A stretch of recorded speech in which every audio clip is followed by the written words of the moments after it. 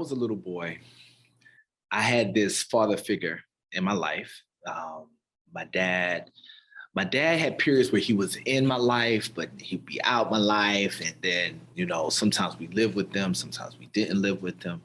Um, and so here and there, I had these mentors, these big brothers, these givers that would randomly, come into my life circle, and I would get different things from them. So none of them were there like all the time, like consistently, but I was able to compile um, a father figure, a positive male model, right? Kind of pulling it together, or as it was as healthy and as positive as I could, being a kid, being a child, being 12, trying to make it work, right?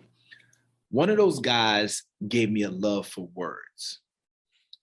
And what I mean by that is that he had this way of breaking down words in a way that made the most sense and was so simple, but it was quirky, right? Let me give you an example. The one that stands out for me the most that I always think about was his word for the way he explained the word compassion. And he said, compassion is a very unique word. So my middle name is Christopher. You see Rodney C. Burris, Rodney C. Burris. The C stands for Christopher. He calls me Chris. He's like, Chris, compassion is a really unique word. I was like, why do you say that? He said, because compassion actually has two root words. I'm like, two root words? I ain't never heard about something having two root words. Like, the whole idea behind a root word is that it gets down to the point, like the singular thing that's in it, right? He said, compassion has two root words. I said, what you mean? He said, first of all, in there is passion. It's like, that's emotion, that's feelings. You can't have compassion for somebody in their situation if you can't feel where they're coming from. He said, the second thing is the word compass. It's like, you mean compass? He said, no, compass. He said, the word compass means to go around something. When you compass something, you're going all the way around it. He said, in order to have real compassion for anybody in their situation, you got to be able to feel where they're coming from all of the angles that they experience it, so you can make that connection. Blew my mind, right? He used to groom me with these kind of conversations because he was like, you're going to be in a position to connect with a lot of people, and it's some things that you just got to know. That was one of 100 different lessons that he and I would have, just kind of randomly, riding in the car sometimes, going to eat somewhere sometimes. He would cut my hair over the years. And right now I kind of cut my own hair these days. Hopefully it looks okay. But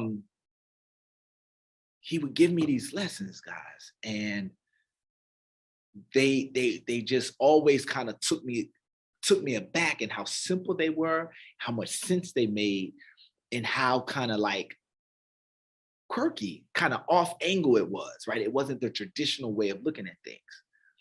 As I've gotten older, one of the things that I found myself engaging with a lot of people around was this idea of communication, and what does it really mean, and how do we really do it well, right? How do you really effectively communicate? Communication is the thing that breaks up most relationships. And if you don't have anything else, you got to have good communication. And you're in the military, you're dealing with those agencies with the badges and the shields, right? And it's like, communication is key. You got to keep the lines of communication up. Well, what the heck does it mean? Because we think we know, right? Well, you got to talk. You got to tell them what you mean, and you got to. Is that communication? Sometimes, I've been, especially in academic circles, sometimes they use the most colorful, flowery language. And I don't mean colorful as in it's like pizzazz. I mean colorful, flowery in the fact that it's these big 13-letter words that nobody else really gets. So you're really conveying your intelligence, but is that communicating? So I want to take a page out of my, I call them my pops. I want to take a page out of my pops book, and I want to look at the word communication maybe the way he would. You ready? All right, let's do it. Handy dandy chalk. You guys remember Blue's Clues back in the day? Handy dandy notebook, right? Okay, now, I'm gonna write this on the board. Hopefully you can read my chicken scratch. You ready? C. Oh my goodness, it's backwards. O M M U N I C A T I O N. Now I'm looking at this word and I'm hoping that it's not backwards on the screen for you guys. Give me 1 second, let me check. Okay, I just clicked some buttons around and I can't tell whether or not if the video is backwards for you guys. I can't tell. So let me just see here. Based on what I think you should be able to see, this spells the word communication. Okay, now, communication has a root word, all words do, right? There's a core word that makes up the word communication. That word is common, right? The word common or commune, which means to share together, to hold the same thing alike with each other, right? It's common, communal, right? A community. But we can break the word common down even further. And if we break the word common down even further, the first part of that CO means with or together, right? So the co, think about it like this. Years ago, schools were single gendered, right? It was an all boys school. A lot of times, years and years, hundreds of years ago, they didn't even let girls go to school, right?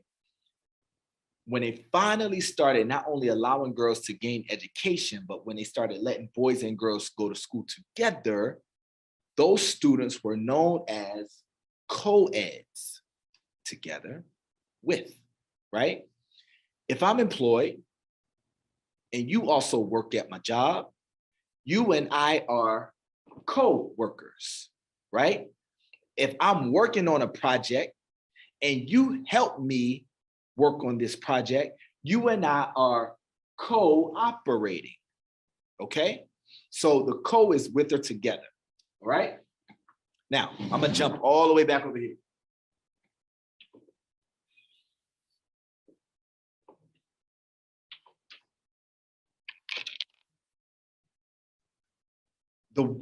This part of the word, Asian always refers to a process of, right? So a process of inspiring people is inspirational motivation, getting them motivated, getting them going by some process. The process of movement is transportation. The Asian part is the process of. Well, there's one more part of this word, and it's the core part of the word.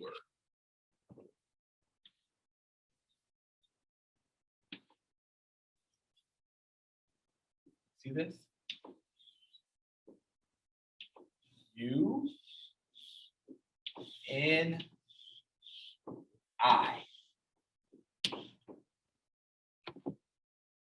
What does uni mean? Well, let's think about some words that got uni in it, right? University, unity, unitard, which is what I'm wearing underneath. What else? Uniform, union. What is unicycle? How many wheels do a unicycle have?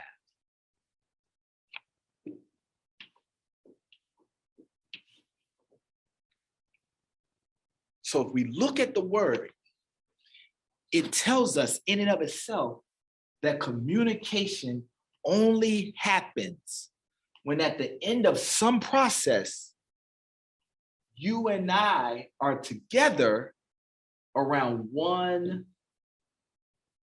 idea, one message, one thought. Communication only happens when you and I understand the same idea. Use big words to do it. Use small words to do it. Your process could be texting. Your process could be a song. Decades ago, there's a group called the Osley Brothers, and they had a song called Living for the Love of You, right? And in that song, they said, I might as well sign my name to a card because the card probably could say it better than I can. He's just trying to tell his lady, I'm living for your love. And all that I'm giving is for your love. And he tried to say it with verse after verse after verse. And at the end of the song, I might as well just sign my name to a card to say it better, because it seems I've done just about all that I can do. Right? So your process might be an endearing card. If we was little kids, it might be, do you like me? Check yes or no. Right? Of course, we want them to say yes. That's the whole point of us sending the card. Right? That's the one idea that we want, is for them to agree to be together with us in this idea that you like me and I like you. But our process to get there is not just walking up to her and asking her. That's too much, right? Get rejected like that. We got to send a card. So whatever the process is, if you and I share our understanding around one idea, we've communicated. If we don't share our understanding, if we're not together in our understanding of one idea, then we didn't communicate. And I keep stressing the word understanding. Communication happens when we understand the same idea, because you can understand the same idea and not agree on it. Communication doesn't necessarily mean we agree. It just means that we effectively understand this one thing. Does that make sense? So a lot of times we feel like we didn't effectively communicate because you don't see it how I see it. You don't agree with me. They don't have to. They don't have to. They don't got to see it how we see it in order for communication to effectively happen. They just need to be on the same page in their understanding of the one thing. There's a couple more things I want to point out about this, that this word tells us, right? If we're trying to effectively communicate, it's probably helpful that we don't try to make 3, 4, 5 points to win the argument. Oh yeah? Well, that's fine, because I never liked your mama or you anyway, and your feet stink. And I never liked how you cooked lasagna. Well, what's the one thing that you're trying to get across in this moment that you want me to understand? That you hate my guts? Because that, more than anything, is what's coming through right now, based on your process. No, I just really wanted us to spend more time on Thursdays because, Thursday's a special day and you're always busy. And I thought that's what we said we were going to do. Well, let's live in that idea and let whatever process we use funnel us towards a singular point. Because if I'm going to use this opportunity to talk about the taxes and the bills and your best friend who's always over here who I don't like, and I really don't like how messy you always have the car, and also I think your feet stink.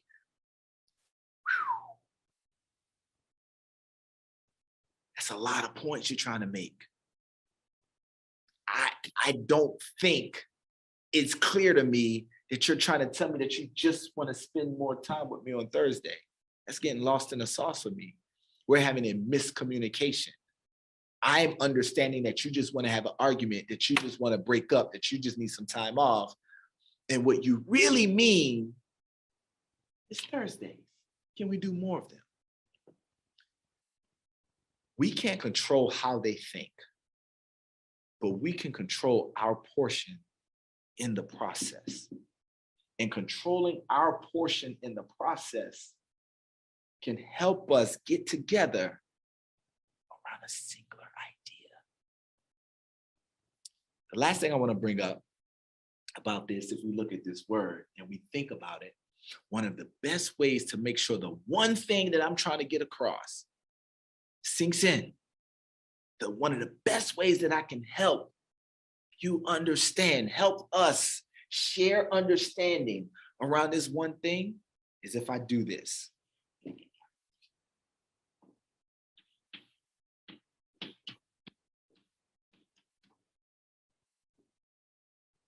If I say it and I say it and I repeat it and I repeat it and I repeat it and I repeat it, the more times I repeat this one idea, the better my chances are in helping make sure that you understand the one thing I'm trying to convey, because I'm bringing it up all the time.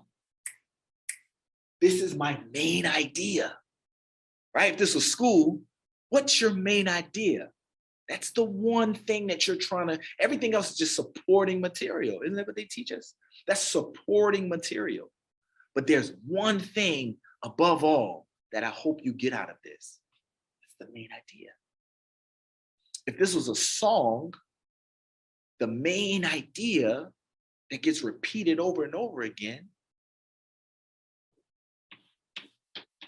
is in the chorus.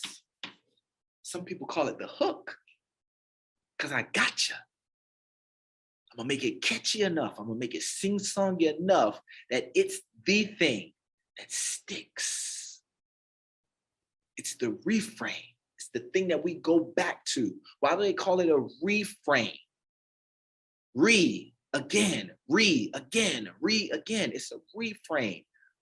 I'm coming back to it. It's the chorus. It's the hook that I'm trying to use to catch to make sure that you understand my main idea.